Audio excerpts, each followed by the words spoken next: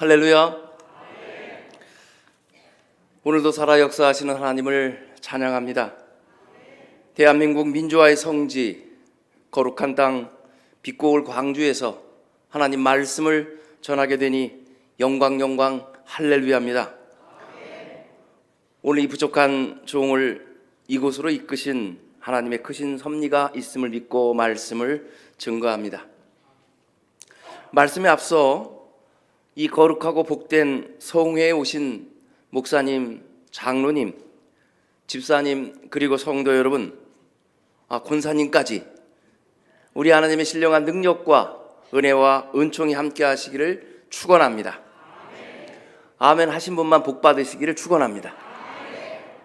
엎드려 절받기. 네. 오늘날 예수 믿는 우리가 뼈저리게 느끼는 것은 지금은 교회의 위기에 시달하는 것이지요. 한국 교회의 부흥은 끝났고 이제 서서히 저물어 가고 있다고 단식합니다. 여러분도 잘 아시는 대로 오늘날 우리 한국 교회는 150년 선교 역사상 가장 큰 위기에 직면해 있습니다. 저출산으로 인한 급격한 인구 감소, 젊은 세대들의 신앙 불감증, 거기다가 사상 초유의 코로나 직격탄을 맞은 우리 한국교회는 정말로 너무나 힘들고 어려운 상황에 직면해 있습니다. 머지않아 텅 빈 예배당에 노인분 몇 분만 앉아 예배드리는 유럽의 모습이 우리 한국교회의 현실이 될 것이라는 걱정과 우려를 금할 수 없습니다. 그래서 저는 이런 참담한 현실 앞에 과연 우리가 이 위기를 어떻게 극복하고 다시금 한국교회에 부흥의 계절이 오게 할까? 이 절박한 심정으로 말씀을 전하고자 하는데 이 시간 전하는 자나 듣는 자나 피차 은혜가 충만하시기를 축원합니다. 아멘은 아까보다 커져서 감사합니다.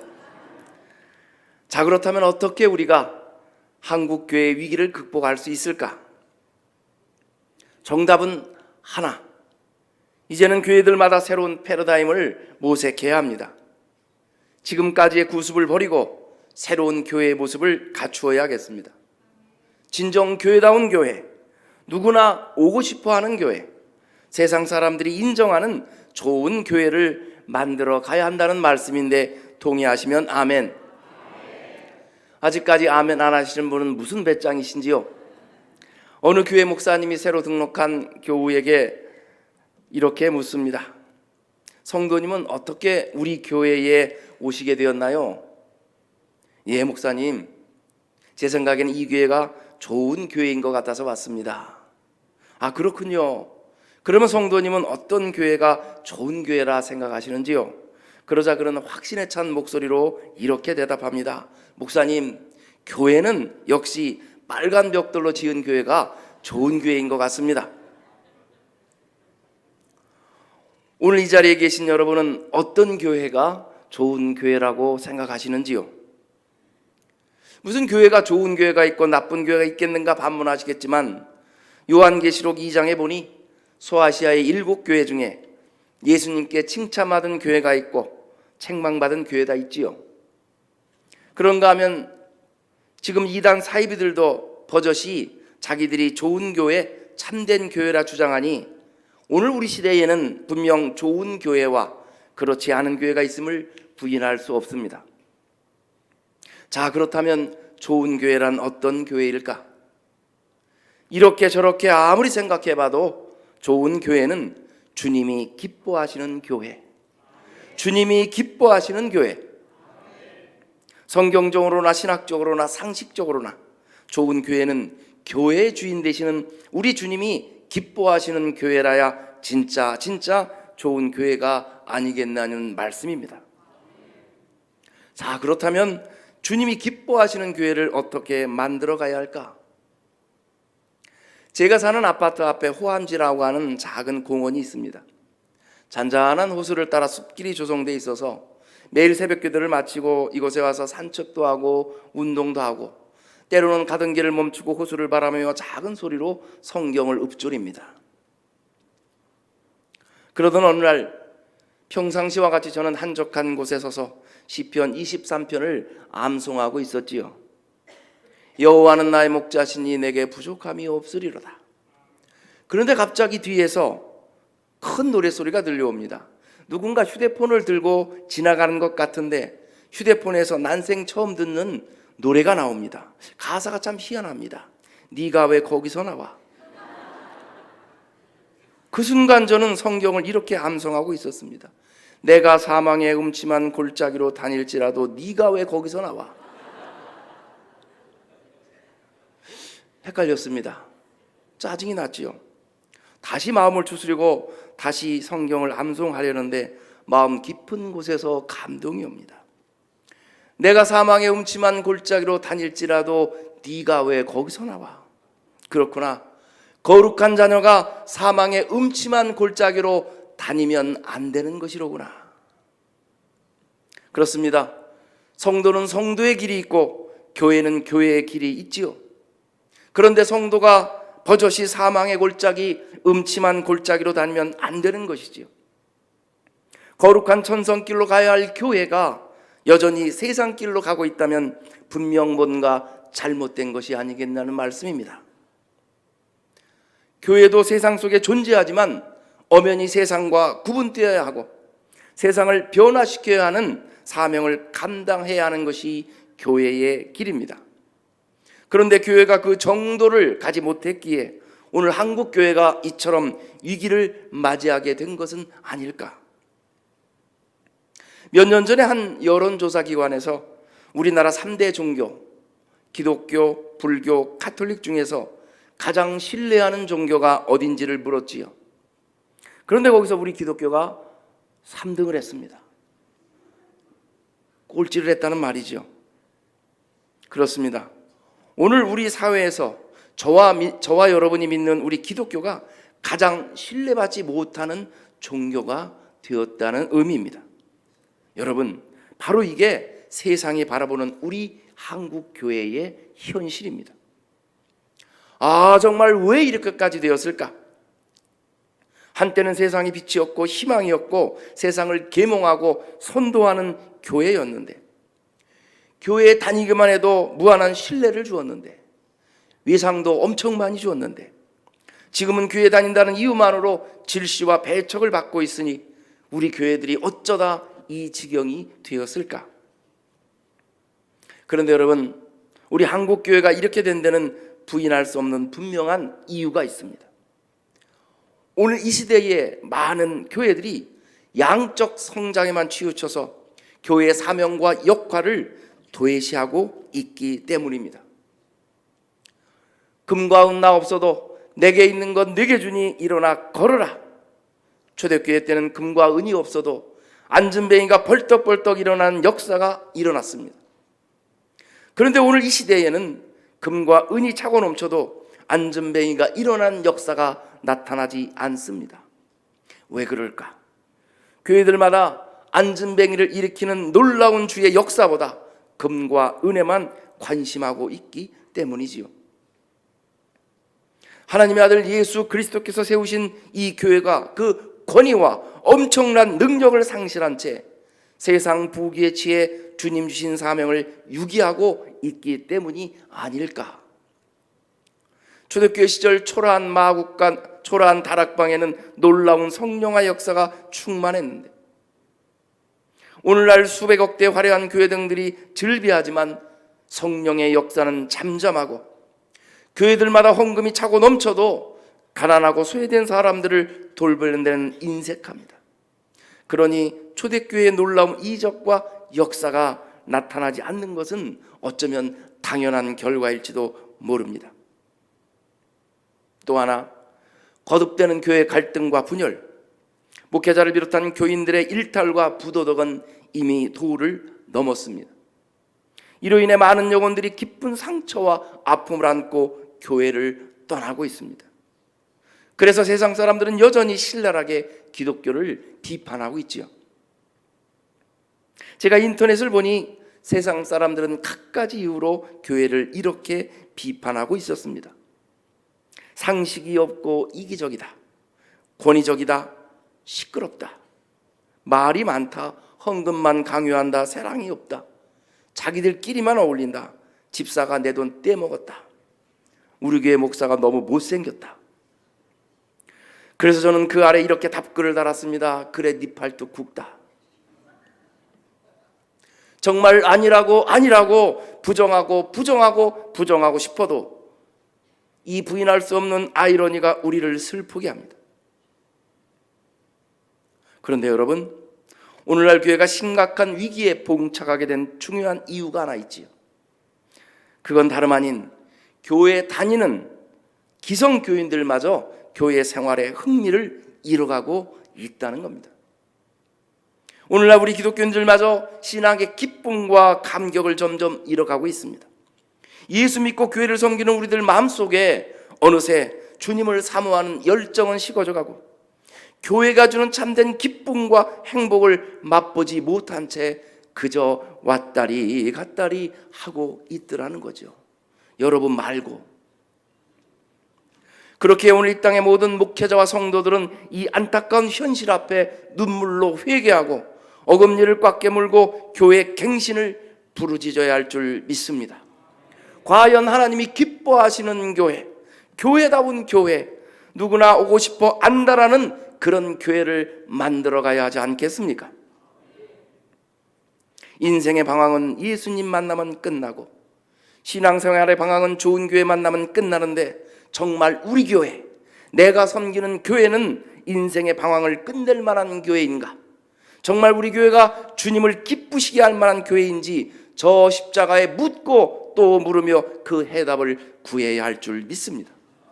그 어머니 오늘날 죽어가는 한국교회가 다시 살아나는 길임을 명심하시기를 축원합니다. 잠시 여기서 물 한 잔 먹겠습니다.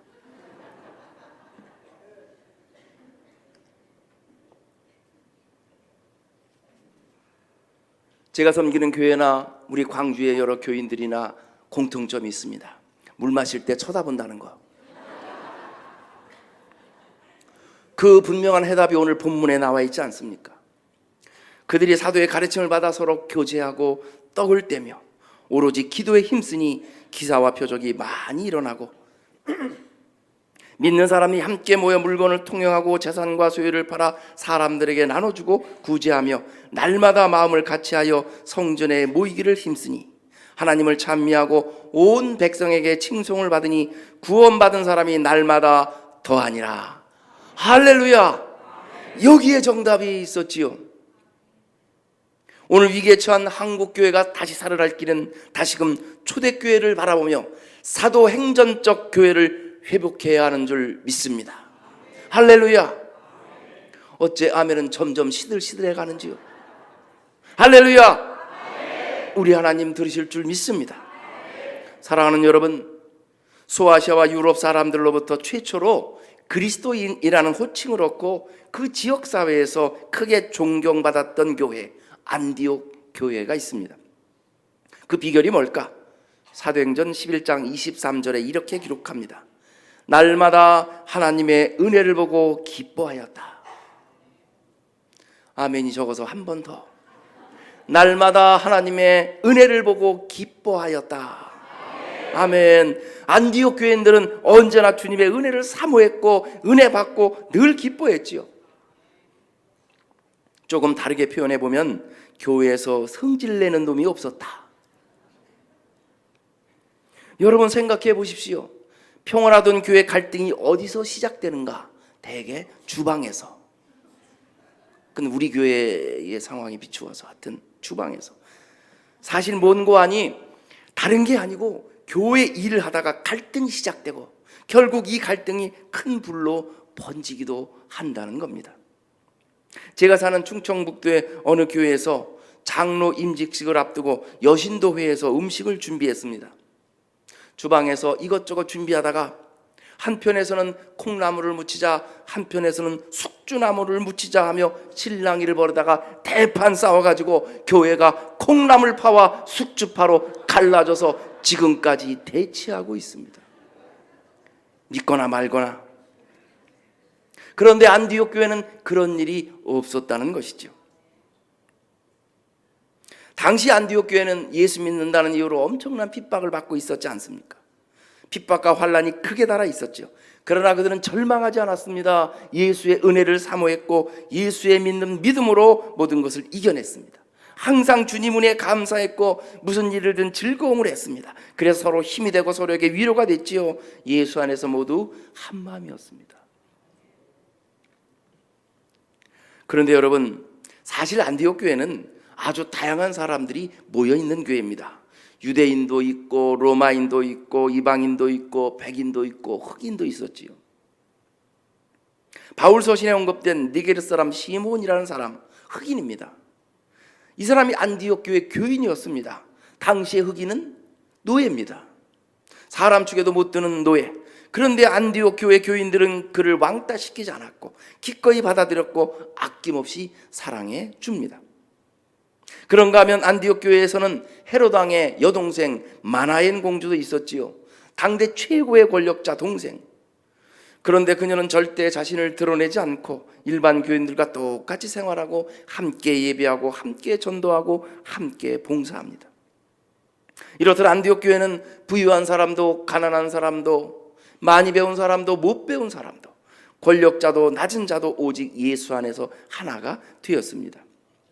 모두가 그리스도 안에서 한 형제 자매가 돼서 서로 사랑했으니 한 사람이 울면 함께 울고 한 사람이 웃으면 함께 웃어주었지요.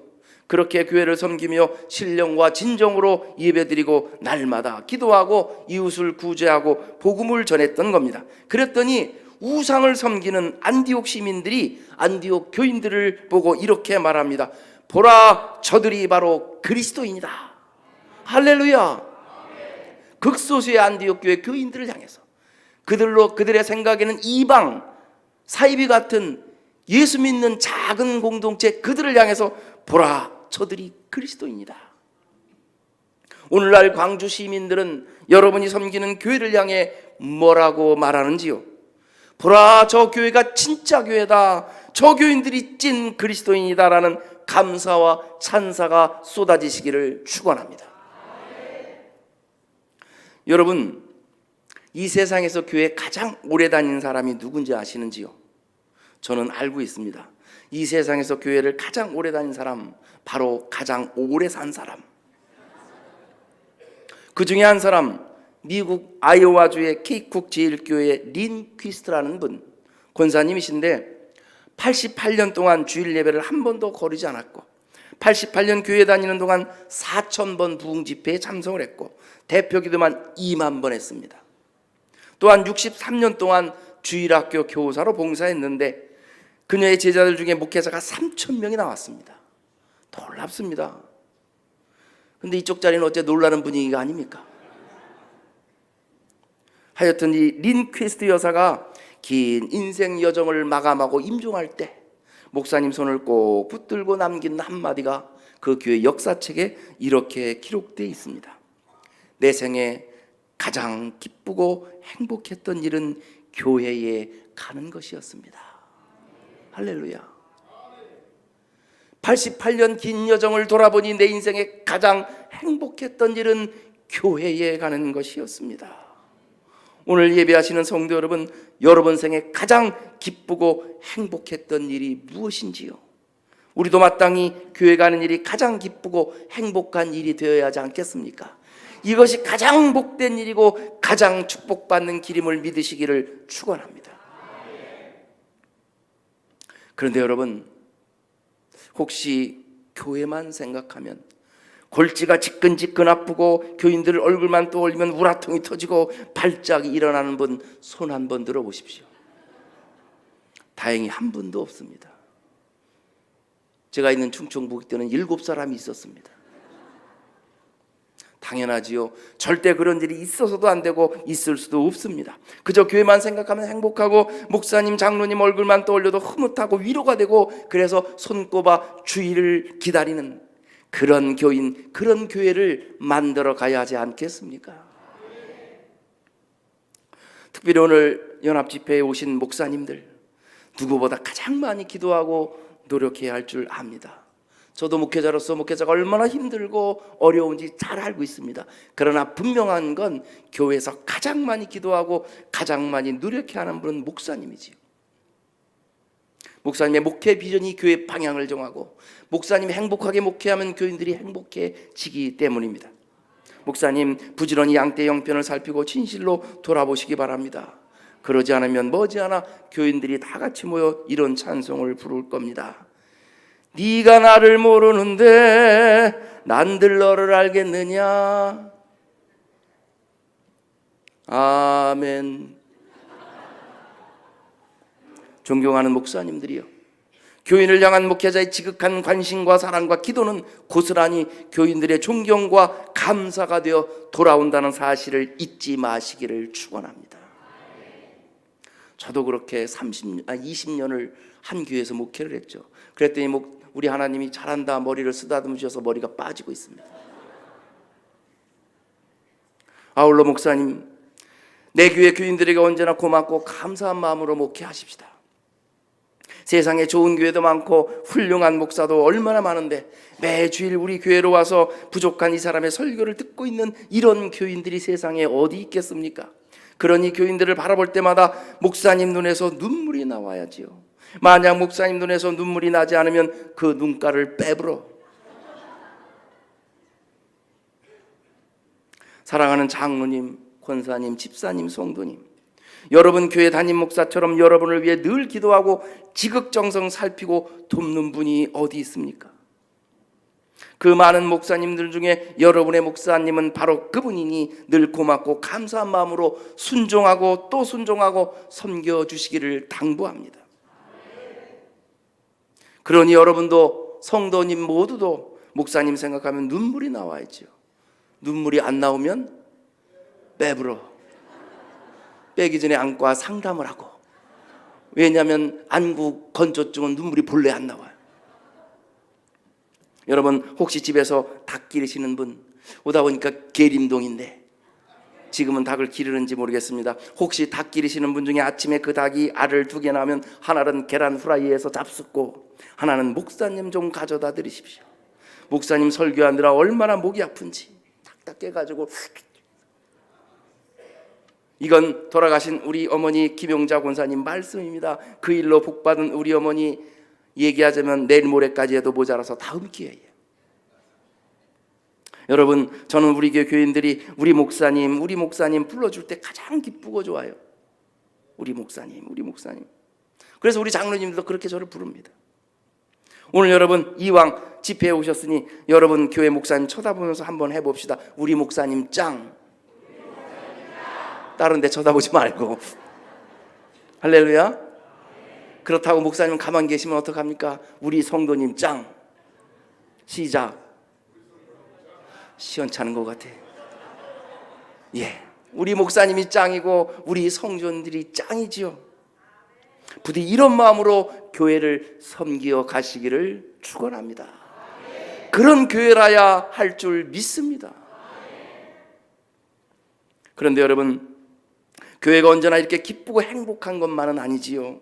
교회를 섬기며 신앙생활 하다 보니 시련과 어려움도 어찌 없겠습니까? 흔들리지 않고 피는 꽃이 어디 있으랴? 이 세상 어떤 아름다운 꽃도 흔들리며 피었나니 젖지 않고 피는 꽃이 어디 있으랴? 젖지 않고 가는 삶이 어디 있으랴? 유명한 도종환 시인의 시처럼 꽃만 그런 것이 아니고 인생도 그렇고 교회도 마찬가지죠. 예나 지금이나 하나의 교회가 든든한 교회로 서기까지 사탄의 공격도 많이 받고 시험에도 들고 큰 시련과 어려움도 겪습니다. 교회는 그렇게 성장해 가지요. 그러나 교회가 아무리 크게 성장했다 하더라도 그 교회가 하나님의 교회로서 서지 못하고 그저 사람들의 모임으로만 끝나버린다면, 주님이 기뻐하지 않는 교회로 남는다면 이미 그 교회는 교회로서의 가치를 상실한 겁니다. 교회로서 가치를 상실했기 때문에 계속해서 흔들릴 수밖에 없는 것이죠. 그렇기에 절대 사람이 아닌 주님께서 주인이 되어주시고, 사람이 아닌 주님께서 기뻐해 주시고, 사람이 아닌 성령이 다스리는 교회가 될 때 초대교회 같은 놀라운 능력과 역사가 일어날 줄 의심 없이 믿으시기를 축원합니다. 그래서 저는 30년 목회 경험을 통해서 이런 결론을 얻었습니다. 이것은 우리 교회 그리고 제가 지향하는 목회점입니다. 참된 교회, 좋은 교회, 주님이 기뻐하시는 교회는 어떤 교회일까?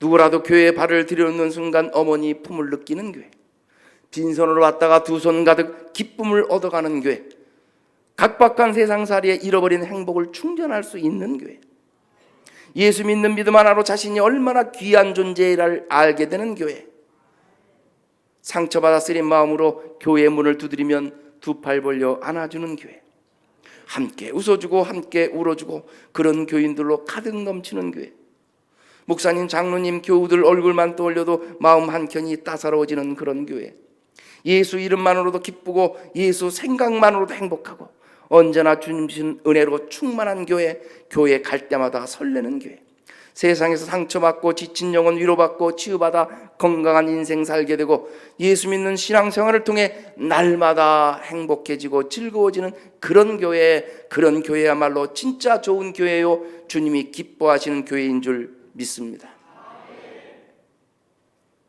끝으로 말씀 한 절 읽고 설교를 마칩니다. 에베소서 2장 20절, 너희는 성령 안에서 함께 지어져 가느니라. 할렐루야. 성령 안에서 함께 지어져 가느니라. 그렇습니다. 좋은 교회, 주님이 기뻐하시는 교회는 목사 한 사람으로 절대 안 됩니다. 장로님들만으로도 안 되지요. 목사와 장로, 온 교우들이 다 함께 이루어가는 겁니다. 모든 성도가 주님 주신 사명 앞에 한마음 한뜻이 되어 성령의 인도하심을 따라 함께 지어져 가고 든든히 서가는 줄 믿습니다. 이것이 교회입니다. 사랑하는 주의 성도 여러분, 하나님께서 세우신 귀하고 귀한 여러분의 교회가, 그 교회를 세우신 우리 하나님의 뜻과 섭리와 원대한 선교 비전을 이루어나가며 인생의 기쁨과 행복을 나누는 교회, 진정 주님이 기뻐하시는 교회, 누구나 꼭 가보고 싶은 교회, 그런 교회가 되심으로 날마다 3천이라도 하는 놀라운 부흥의 역사가 일어나시기를 주의 이름으로 축원합니다. 축원합니다. 축원합니다.